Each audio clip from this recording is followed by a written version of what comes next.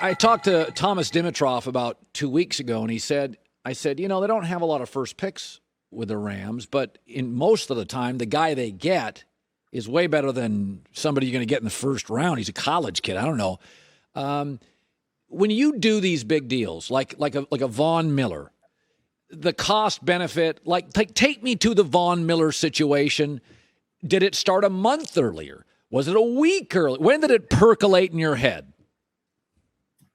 It's interesting with Von, and probably going back to Jalen, but we'll talk Von now. I call them opportunities, right? They arise for different reasons. Maybe in this case, Denver thinking a little bit about the future. Von was a UFA. Was he going to sign back? Was he not? I know they had probably possibly tried to get an extension done, and maybe he wanted to leave his options open. And then it gets to someone like Denver. Who do they contact if they're even thinking about it? You usually try to keep the pool of teams tight if you want it kept quiet. And then it's like, who can afford Von? And that's where we probably didn't, let's call it, when you sorted the teams, didn't come to the top of the list. But I do think in Denver's and Georgia's case, in our case, Denver would have liked more picks than just one. But because we needed Denver to take on his salary, they were able to do it, get more picks. And the way we looked at it too, Colin, we're going to have a third rounder from the Brad Holmes. We get a third rounder for Brad going and becoming the GM of the Detroit. And we're planning, and that's still the plan. But the future is still uncertain, but planning for those two picks, the second and third rounder, to be late seconds and late thirds. And I think it was a win-win for both. So with the OBJ move, by the way, seems pretty important now because of Robert Woods' injury. With OBJ, were you concerned, would he fit into our culture, and can he stay healthy? Did you have long discussions about this with other people in the Rams organization? Because those are the realities of him. He's kind of brittle at sometimes. Those were definite discussions that you have when you bring on any new player, especially in a skilled player into an offense mid-year, because there is an element of chemistry that's got to be developed between that skilled player, the quarterback, the other skilled players, and also just being behind it and learning. But and we signed him obviously before Robert's unfortunate injury, but our wide receiver position was taken on water a little bit from a depth standpoint when we moved on from Deshaun. And then two players, Tutu Atwell and Jacob Harris, were injured in the 2 previous weeks prior. So we had all of a sudden lost 3 wide receivers in a room where we do 11 personnel a lot. So I call it a near perfect timing that Odell, he clears waivers, he's looking for a team, and we happen to be a team that uses wide receivers a good bit and needed some reinforcement there. Is it fair to say right now you've been bullied in a couple of games, sometimes on the interior O-line? Are you concerned that is a point of emphasis for opponents going forward, that you can push? It felt like Tennessee just pushed you back, and Arizona at times. Is that concerning for you right now as a liability for the Rams?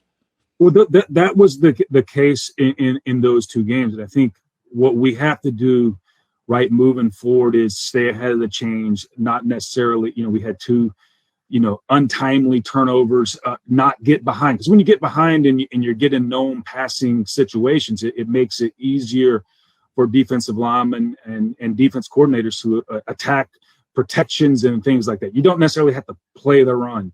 So you can really, just let it go and kind of go A to B. So I think our formula when we've had success is staying ahead of the chains, being in manageable situations where it's hard for the defensive linemen, for the defense coordinators to figure out, here, we're going to run and pass here, and also be in games where you can have a closer to 50-50, 60-40 type ratio instead of just having to drop back and throw the ball to try to catch up. If a critic says, Les, you gave up a lot for Matt Stafford, and if you lose to Green Bay, you're 7-4, and last year at that time you're about 7-3, and boy, you gave up a lot, and it doesn't feel like it's different. To the critic who would say that, how would you answer that? Well, I think for the critic who would say it, right, obviously, if that's the case and we're 7-4 and it's similar to last year, I appreciate the dissent and the take, but when you do make a move like that, there's a short-term element to it and there's a long-term element to it. So I would say to the critic, okay, we would still have 6 more games to play. Goal still to get into the tournament and do damage in the tournament, and also not necessarily just 2021, but when we made the move for Matt, it wasn't just 2021. It was 22, 23, and years beyond that as well. So, but if we're 7-4 after the Green Bay game, I could definitely understand why someone would say that. As you look around the NFL, Joy and I have talked about the upsets this year, and I said I don't know if they're upsets. I said I don't think the top of the league. I think it's small, and I think the bottom of the league is small. And I think some teams we didn't expect much from, like Philadelphia, are way better than we thought. And Denver's more dangerous than we thought. And I said it feels like to me that we have a very small top and bottom, and 24 of these teams to 26. It's just who gets ahead, who's healthier that week. Yeah. It feels like the league is really even now. Is it a coincidence? Do you see it? Do you agree? What do you make of the perceived upsets every weekend? Well, I agree. I think it's the time of year where injuries do come into play. It's time of year where let's call it the luck or the unluck of the schedule comes into play, where you might run into a team with less to play for, nothing to lose, or it could be a team that was in that situation that's now gotten on a run. And you happen to play that team when they're on a run. I think that the league has quality coaches, has quality QBs.